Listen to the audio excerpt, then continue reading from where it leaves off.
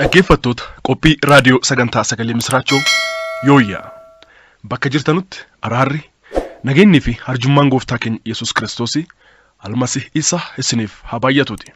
Guyyaadhaa seenaa dhugaa jiraataa biyya Naayijeeriyaa kan ta'e Emmanuel Amos qabannee isiniif dhiyaanneerra. Emmanuel Amos gooftaa Yesuusitti osoo amanee hin fayyin duratti ergamaa seexanaa ta'e isaan jireenya dukkanaa sukkanneessaa keessa dabarse waan hojjetaa ture. Mala seexanni kiristaanota balleessuuf irratti hojjetu nuuf diidessaa nutti hima.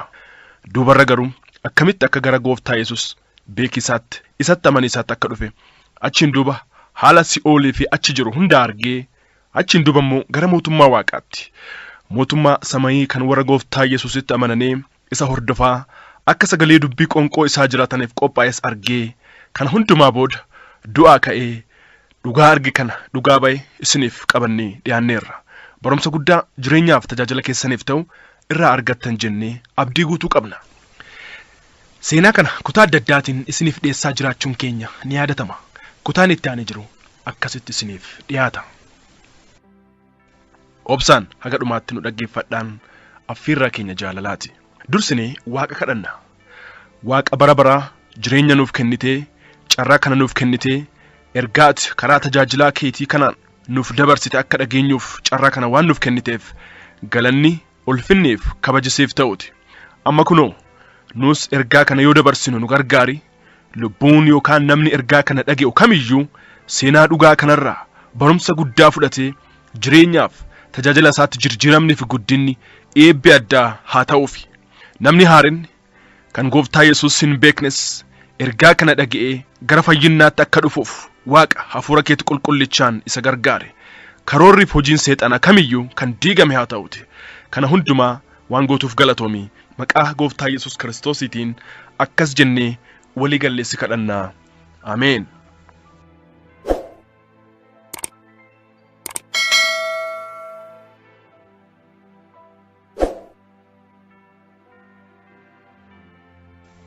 Televiziyoonii nuuf kenname san keessatti Kiristiyaan haaraa amane akkasumatti arginee beekna.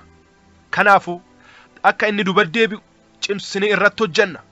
Haga ji'a ji'aatti kana yaallee yoo nuuf ta'uu dide gara hojiif jireenya isaa balleessuutti deemna. Fakkeenyaaf waajjira inni yookaan ishiin keessatti hojjettu keessatti karaa hogganaatiin dhiibbaa adda addaa itti fidna. Yoo danda'ames hojiirraa akka ari'amus goona. Kana hundumaatti yoo dubatti deebi'eeruun arganne carraa araaraa lammaffaa akka hin arganne yoosuma ajjeesna. Haga Luusifer natti gammadee itti gaafatamaa xonqayoota yookaan ergamoota isaa baay'ee na godhutti lubbuu namoota baay'ee balleesse. Kana booda walgahii biraa waamamne. Walgahii kana immoo kan hirmaanne akka simbiraa yookaan akka simbirree akka bofaatii fi adurree teenee ture. Bineensotni kunneen bu'aa asii gadii kana qabu.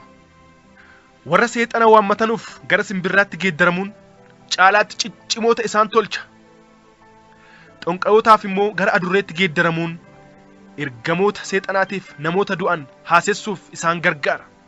Gara hantuutaatti geeddaramuun immoo haala salphaatti akka gara mana namootaatti ol seenan achiin gara gaaddidduutti achiin gara namaatti akka jijjiiramanuuf dhiiga namaa xuuxanuuf isaan gargaara. Ardha addunyaa irratti bifa fiilmii vaampirees jedhamuun kan hojjetamee namoota baay'een jaalatama argatee hamma tokko kana mul'isa. Waan isin dhibu namni akkamitti nama dhiiga namaa dhugu nama foon namaa nyaatu jaalata. Karaa hordoffii fi jaalala fiilmii kanaatiin namootni baay'een miseensa Luusifer ta'anii hafuurri seexanaa itti qubata.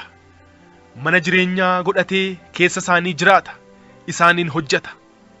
Dhumarrattis immoo isaan ajjeesee gara si'oolitti fudhata.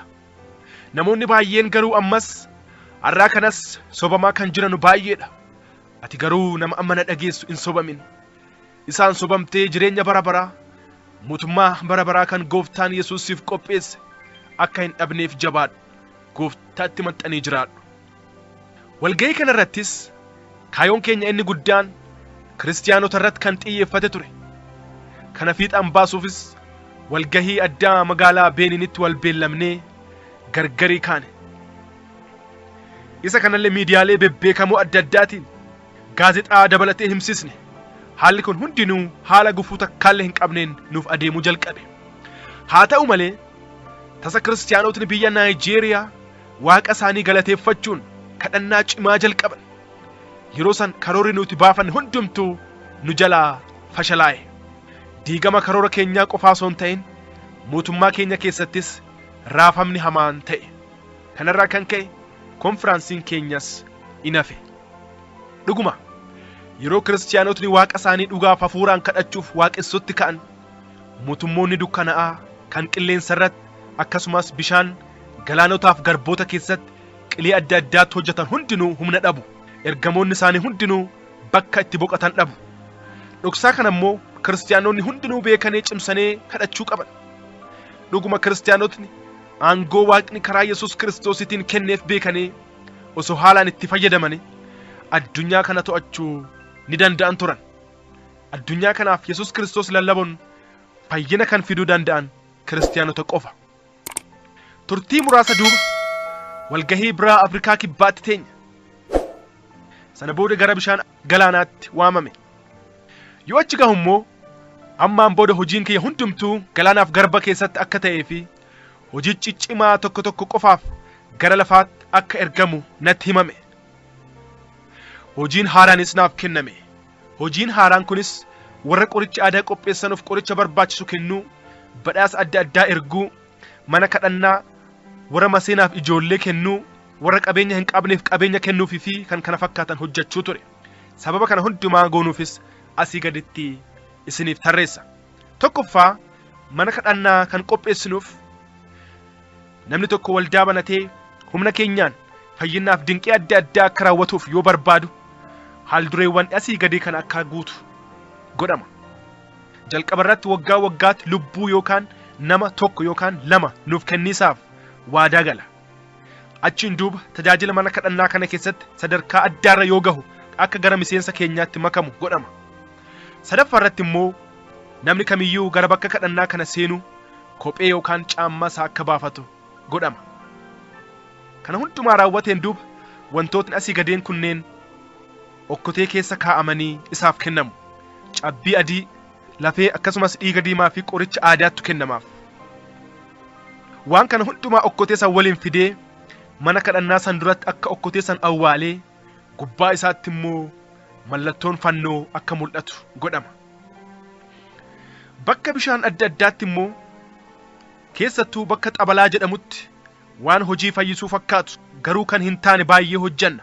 Karaa namoota lafa sanatti tajaajilanuu fakkaannee akka waan seexana baasnuu fakkeessuun hafuurota hamaa kan biraa itti galchina. Sababni isaas diiyaabiloos baasuu hin danda'u waan ta'eef. Namoota lafa sanatti tajaajilanuun ajajni addaa warra gara isaanii dhufaniif kennamaaf. Akka shaamaa gabbisanuuf yookaan qabsiisanuuf akkasumas sandalaaf ixaana manatti aarfatan itti himama. Namootni ajaja fudhatan sunis yoo waan ajajamane kana godhanu mana isaaniitti ni waammatan jechuudha. Yeroo tokko tokko immoo re'ee faa qaluun akka cincaa dhiyeessan godhama. Cincaan kunis akka nuti dhufnee isaan fayyisnuuf kan godhamudha. Inni lammaffaan maseenota deessisuudha. Dubartootni ijoollee godhachuu dadhaban ijoollee argachuuf jecha yoo gara keenya dhufan haalota tokko tokko akka isaan raawwatan godhama. Dubartiin sun jiinni yookaan waqtiin itti ulfaa'uu qabdu ji'a nuti isheef eeyyamneef qofaa ta'a.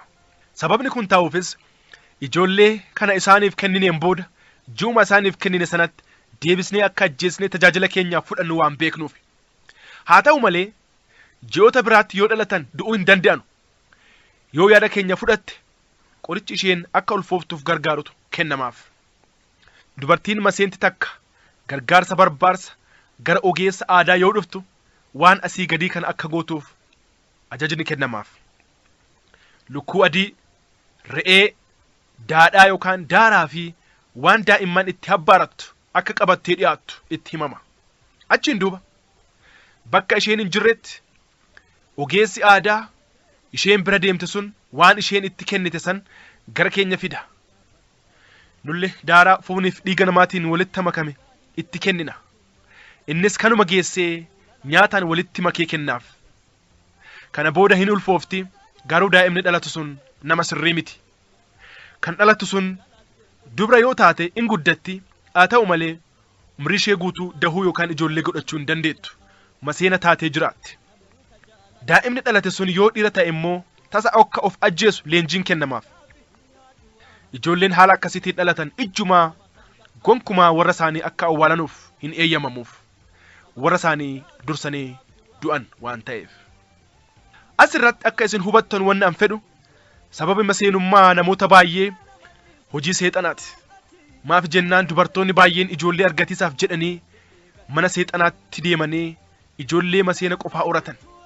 Ijoolleen sunis umrii dheeraaf jireenya gammachuu qabu jiraachuu hin danda'an. Kanaafuu warra amana dhaga'uu jirtan wanti an isin gorsuu barbaadu ijoollee kan namaaf kennu Waaqa waan ta'eef gaafa akka isin karoorfattan ijoolleen isiniif dhalachuu dhaban obsaan Waaqa kadhataa qulqullummaan jiraatiisaan isa eegadhaa malee filannoo biraa barbaadisaaf jettanii gara mana xonqaayee gara mana seexanaatti hin deeminaa. Kun abaarsa jireenya keessaniif darbee kan dhaloota keessan balleessu isin tafida. Seexanni jireenya namaa gara balleessuu ijjeesuuf boochisuu malee kennaa gaarii isiniif kennu takkaallee hin qabu. Irra deebi'ee isiniin jedha inni nama balleessuu ajjeesuuf boochisuu malee kennaa gaarii isiniif kan kennu seexanni waanuma tokkoyyuu hin qabu. Waaqi keenya garuu amanamaadha. Obsiisa eegadhu. Inni guyyaa isaatti dhufee akka Haannaa Saamu'eel si badhaasa. Maqaan isaa Elshadaay Waaqa waan hundumaa danda'udha. Gaafa isin rakkattu Haannaan bu'aa farraa womaan tolchinee fi kasii abbaa warraa manaa ittiin goontuu masaanuu midhaanii katti gortuu dhaddulle ol silaaltelaanii manaa ittiin goontuu masaanuu midhaanii katti gortuu dhaddulle ol silaaltelaanii karakkatee laggaa hin deemtu biraanii. Jaalatamtoota dhaggeeffattoota keenya seenaa dhugaa obbo Emmanuel Amos isiniif dhiyeessine kanarraa waan guddaa akka barattan homaa shakkii hin qabnu. Sagantaa keenya guyyaa dhallee kanumaan fixanna. Kana booda maaltu ta'a laata? Kutaa kanatti aanee jiru sagantaa keenya dhufu irratti qabannee isiniif dhiyaanna. Osoo addaan hin kutin namoota biraas affeeraatii waliin nu dhaggeeffadhaa isiniin jenna. Antiin kan isin waliin ture Wandimmaa Gany Ubdeessaa. Sagantoota biraas akkasuma guyyaa hundumaa dhaggeeffadhaa. Namoota biraas nuuf affeeraa nuuf kadhadhaan ergaa keenya yeroo hundumaati baay'ee moo sin jaalannaa nuuf jiraadhaa. Horaa bulaa. Waggaa eddee dhuftaa baraa kee gattee dhuftaa.